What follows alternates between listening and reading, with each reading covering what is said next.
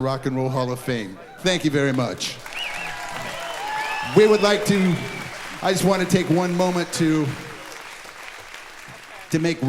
remember the members who are no longer with us.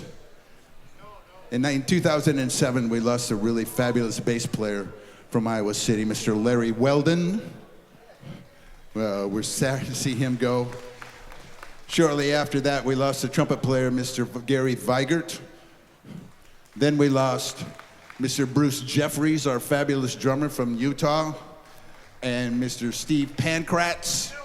Flash Tuna left us in 2009. And just this last October, we lost my dear friend, Mr. Bill Axelrod. He's no longer with us as well. So hey guys, I hope we did you well up there. Hope you're having a good time, as much as fun as we have. So thank you very much. We really appreciate y'all. Thank you.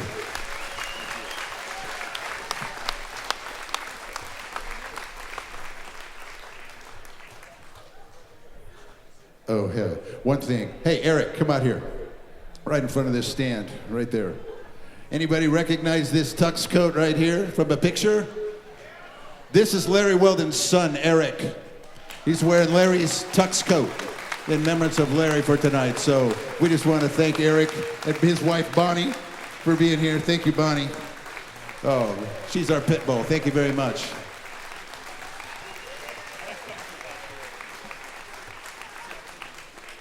Born in Omaha, Buddy lived many of his teen years in Sioux Falls. His dad, George, played bass with Duke Ellington, Count Basie, and Charlie Parker. Classmates recall that Buddy, who was named after drummer Buddy Rich, had drumsticks with him at all times and played on everything. Initially slated to go to a state training school in Blankenton, he ended up at Boys Town in Omaha. A staff member there took an interest in Buddy's passion for music, taking him to local venues. Wilson Pickett heard Buddy play, and when Miles released from Boys Town, Pickett hired him. Bing Spots hired Buddy when he was just 15. Soon after, he met Jimi Hendrix at a show in Montreal, Canada. The two later jammed at Stephen Still's Malibu home. Buddy joined the Electric Flag, both as their drummer and sometimes as their lead singer. He caught his biggest break when he played drums on Jimi Hendrix's Band of Gypsies. Buddy Miles had a long history of playing and recording. He was a founding member of the Electric Flag, the Buddy Miles Express, and the Buddy Miles Band. He also recorded with Carlos Santana and Mike Bloomfield. His signature song, Them Changes, is a rock classic. Many would know his voice as the California Raisins lead singer on I Heard It Through the Grapevine.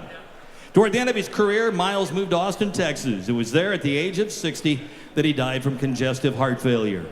The American music magazine Seconds asked Buddy how he would like to be remembered. His reply, the baddest of the bad. People say I'm the baddest drummer, and if that's true, thank you, world. Now, thank you, Buddy. The South Dakota Rock and Roll Music Association honors another legend this year with the Spirit of Music Award, Buddy Miles, and to perform Buddy's signature song, Them Changes, here once again are the 70s Iowa Flippers.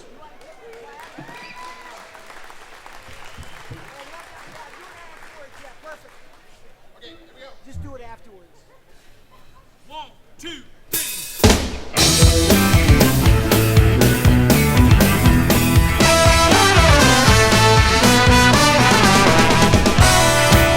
Yeah, we're doing this for you, buddy.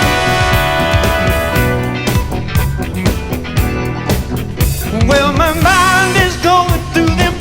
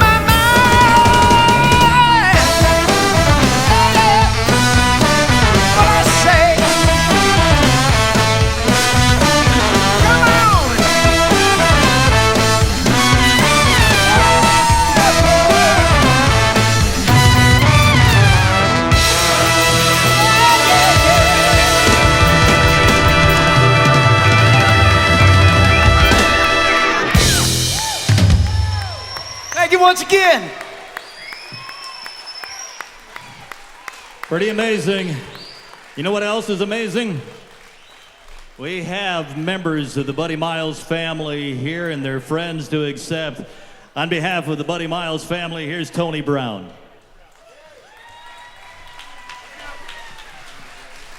To the city of Sioux Falls and the state of South Dakota and these fellas back here, on behalf of the Miles family, my cousin Shellis, my cousin Stacy, my uncle's best friend and backup drummer Tommy T, we'd like to thank y'all graciously.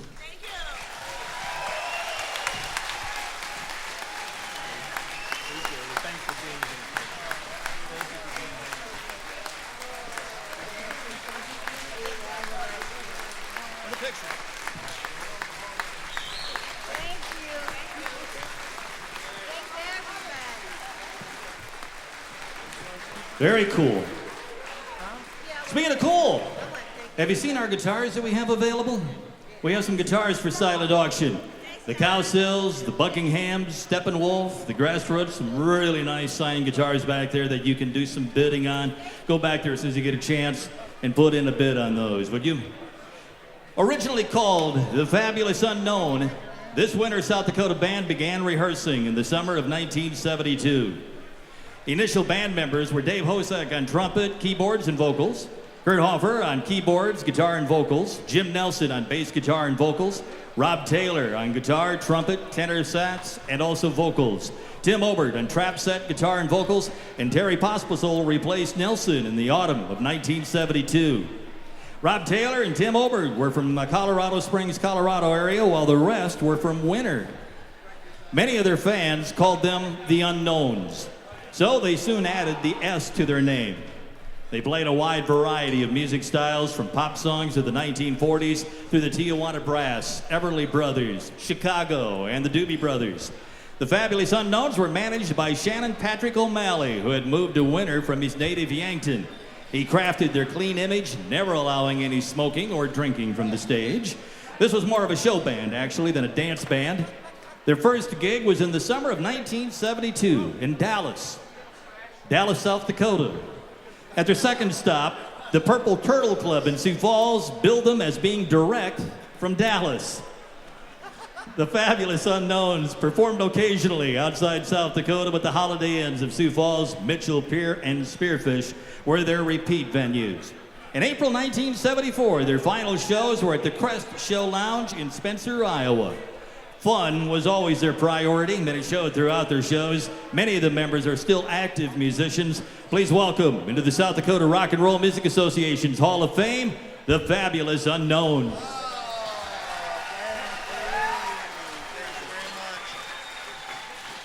Thank you very much. My name is Terry Pospisil, and I'm originally from Winter, South Dakota. I'm the second bass player of the Unknowns. The first bass player is Jim Nelson, and Jim couldn't make it tonight. I'd also like to pay tribute to our keyboard player, who we lost in 1986, Mr. Kurt Hofer. To represent Kurt is his brother Daryl, over here on the end. Here's Rob Taylor from Colorado Springs. Well, thank you. It's an honor for us to be here. Some of us haven't seen each other in 45 years, and we look just as good as we always have, plus or minus about 50 pounds. But it's an honor and a pleasure to be here. We first got together in Greeley, Colorado. Dave went there to study music, as well as I, and then we formed together a band there in Greeley, and then went ahead and decided to continue it into Winter. So our home base was Winter, South Dakota. And I think there was about 3,500 people there in Winter. Half of them were Indians, and half of them were cowboys. And we got chased by all of them because we had long hair. So that's my fond memory of Winter, South Dakota. But thanks again for letting us be here. Funny story. So we get together, we go up to myself and Robbie are from Colorado Springs. And Dave invited us to come up for the summer to, I'll make this quick, honest, to Winter to paint houses for the summer, and we said, yeah, that sounds like a good idea. So we went up to Winter, and it was 104 degrees the first week. We started painting houses, and we said, this ain't gonna fly. This is not gonna work. So we decided to get together on the Saturday night, or on a Saturday afternoon, I should say. And we got together over at Jim Nelson's house, and so now we're all sitting around looking at each other going, well, what are we going to play? A couple of us knew each other, a couple of us were strangers. So we're looking at each other, and Dave says, well, listen, my mother has some sheet music in her piano bench. And we said, well, yeah, why not? So he goes home, and he gets that sheet music, and he comes back, and it's stuff like, Tijuana Brass and some show tunes like Hello Dolly. And we, here we are. We said, okay, so we're kind of tinkering around with this sheet music. And I'm telling you the truth here. It wasn't 20 minutes before I look out the garage door. We're in the garage there, and I see this Cadillac sitting in front of Jim Nelson's house. And I go, hey, guys, there's this Cadillac sitting in front of your house, Jim. And he looks out there and he goes, oh man, that's Shannon O'Malley. And we said, well, we didn't really know who Shannon was, but he was a pretty big wig there in Winter. And he sat in his car for about 20 minutes, and all of a sudden, we're tinkering around in the garage, and here he comes up the driveway, and he walks in the door, and he stands there for a minute, and we're still kind of just jamming around. And all of a sudden he goes, can you guys be ready to play by 9 o'clock tonight? And we got 3 songs that we've done, and we're looking at each other, and it's all the, sheet music.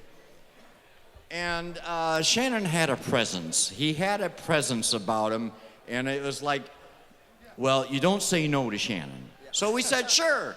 And he said, well, meet me at Shine's Supper Club at 8 o'clock tonight, and in Dallas, which was what, 20 miles from? Yeah, okay. So we're all in the parking lot, and I walk into the club when I get there, and there's a guy already on stage. There's equipment there, and I walked out, and I said, oh, man, there's already somebody playing. Well, Shannon pulls up in his nice gold Cadillac, and I said, Shannon, there's already somebody there tonight, and he says, I'll take care of it. He walks in, and 10 minutes later, here comes this country western singer that did a single, and he's coming out with his guitar case just cussing up a storm. And Shannon had paid the owner of the Supper Club to let him go. So the guy got paid off for the night, and here we come with 3 songs and a bunch of sheet music. And fortunately that night there was nobody there. But by Tuesday, really, truly, but by that Tuesday, the next Tuesday, there was a line a block long to get into this little, we couldn't understand what was going on. It was, but anyway, that's my story. And that's kind of how the Unknowns became, we were known for our entertaining, and we had a funny guy and a straight guy. And it was all spur of the cuff, off the cuff comedy, and I think that's what really did it for us was our entertainment. And that was the short version, right? That's a short version. There, thank you, Tim. Thanks, folks. We're done for the night. Yeah, this is definitely going to be short. First off, I know it looks silly, but I made $100 by wearing this old outfit tonight. So, I'm sorry, guys. That's going to pay for my gas from Lawrence, Kansas here and back. So, but I want to thank my beautiful, loving wife, Darla, and all the brother and sisters and all the friends and stuff that are here. It blew us away how many are here and stuff. And the guy that we missed and his brother here. But mostly, this is kind of cool, you guys. Mostly, I want to thank my mom, who's back here, and my dad, who's got a great front row seat up here right now. Those guys met playing in a band. I think mom was 17 playing piano, and dad played saxophone. And they didn't hardly miss a weekend their whole life that they weren't playing, all around South Dakota and stuff. And it could be a polka band, it could be a big band, all kinds of stuff there. In fact, I was born between sets 2 and 3 at one of the gigs, I think, And but anyway, but she always instilled, and they did in us, that how much music, no matter where you are, how old you are, or what you're doing, or the environment. It's just a great lift of the soul. And we just thank you all. God bless you all. Congratulations again, guys. Highly respected Sioux Falls drummer Bobby Berg is quoted as saying, "It was an honor and a privilege to play drums with one of the greatest guitar players and songwriters on the planet." This is how many musicians and fans remember Tommy Bolin. Tommy was born in Sioux City, Iowa in 1951. He loved rock and roll as a young boy, idolizing Elvis Presley. Bolin got his first guitar at the age of 10 and soon was organizing his own band. His Patch of Blue band played frequently at the Broadway Ballroom in Centerville. He appeared several times with the Vermilion-based group Chateau, led by Bob Ellison.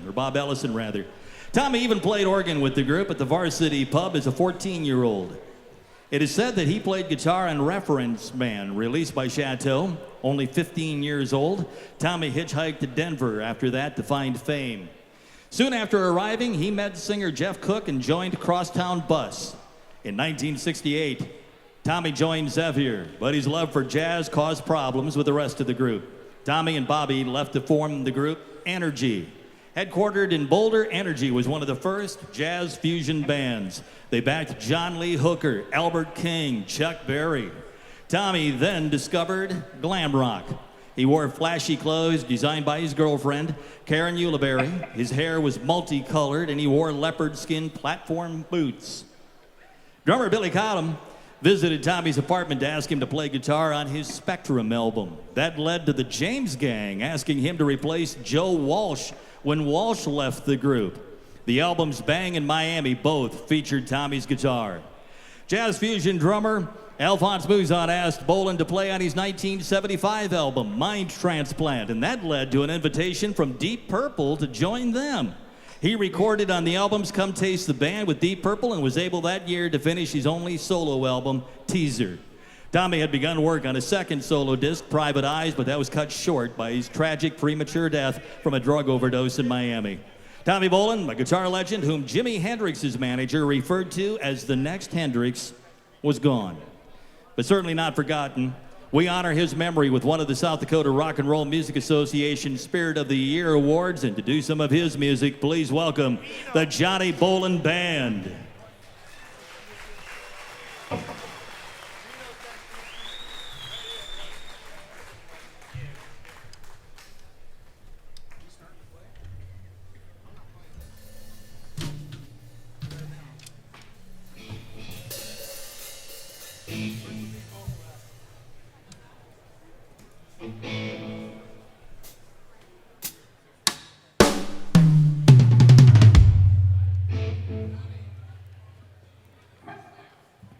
Check 1, 2.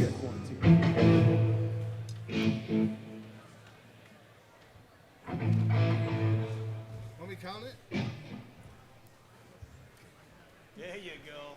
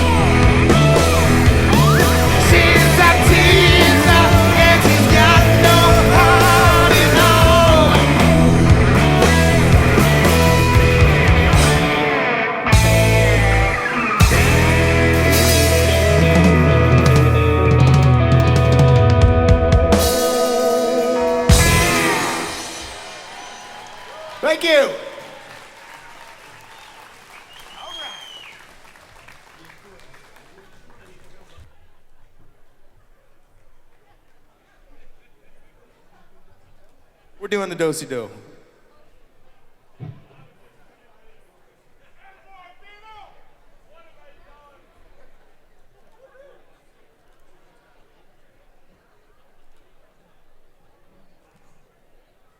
All right, Johnny.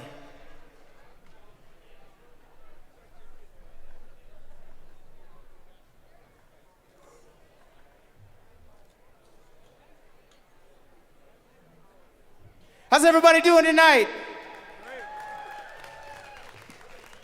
Tell you what, we're so happy to be here and so grateful for Tommy's music.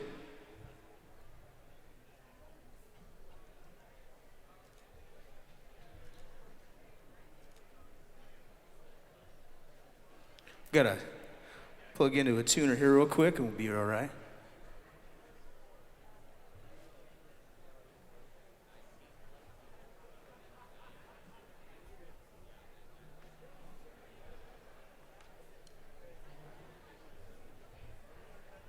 All right.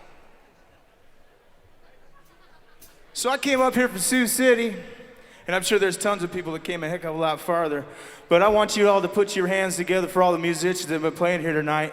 They've been doing such a great job. It's well worth my trip to come up here. I might not know some of these guys, but I remember hearing their names. So yes, thank you all very, very much. And the time that you put in the roads, doing tours, and playing hard for little or nothing just to fix broken speakers and strings and everything. Yeah, you know what I'm talking about if you've been there. So here's to you guys. Thank you.